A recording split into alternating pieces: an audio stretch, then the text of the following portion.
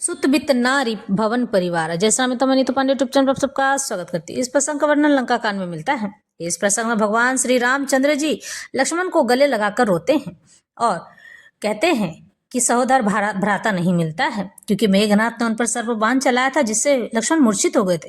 सुत बित बारी भवन परिवार, हो ही जाहि जग बारहि बारा। अस बिचारे जे जागहु ताता, मिले न जगत सहोदर भ्राता।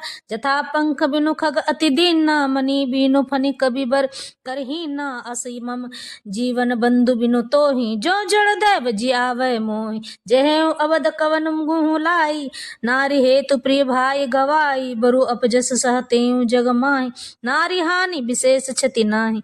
अब अपलोक शोक सुत तोरा, सहे निठुर कठोर उर्मोरा। निज जननी के एक कुमारा, तात तासु तुम प्राण अथारा। सो पैसी मोहि तुम्हें गनि पानी, सब विधि सुखद परम हित जानी। उतरु काह देहु तो ही जाई, उठी किन्न मोहि सिखावहु भाई।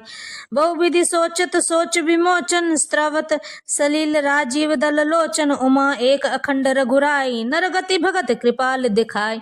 भगवान श्री रामचंद्र जी लक्ष्मण को गले लगाकर रोते हैं और कहते हैं, पुत्र धन स्त्री घर और परिवार ये जगत में बार बार मिलते हैं, बार बार होते हैं और जाते हैं, परंतु जगत में सहोदर भाई बार बार नहीं मिलते हैं। हृदय में ऐसा विचार कर हे तात जागो।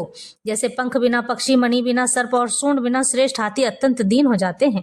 हे भाई, यदि कहीं जड़ दैव मुझे जीवित रखे तो तुम्हारे बिना मेरा जीवन भी ऐसा ही होगा। स्त्री के लिए प्यारे भाई को खोकर मैं कौन सा मुंह लेकर अवध जाऊंगा।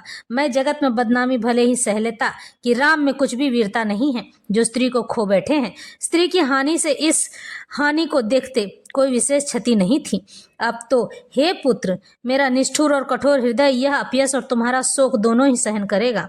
हे तात, तुम अपनी माता के एक ही पुत्र हो और उसके प्राणधार हो।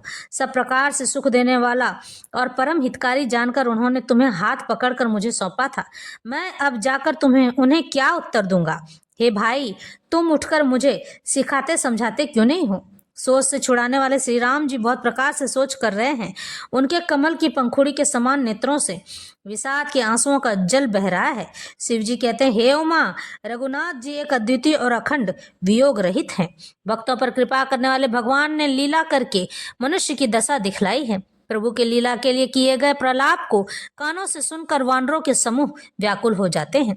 इतने में ही हनुमान जी आ गए, जैसे करुणा रस के प्रसंग में वीर रस का प्रसंग आ गया हो। भगवान श्री रामचंद्र जी लक्ष्मण को यूं ही पकड़कर बहुत रोते हैं और हनुमान जी यह देखते रहते हैं।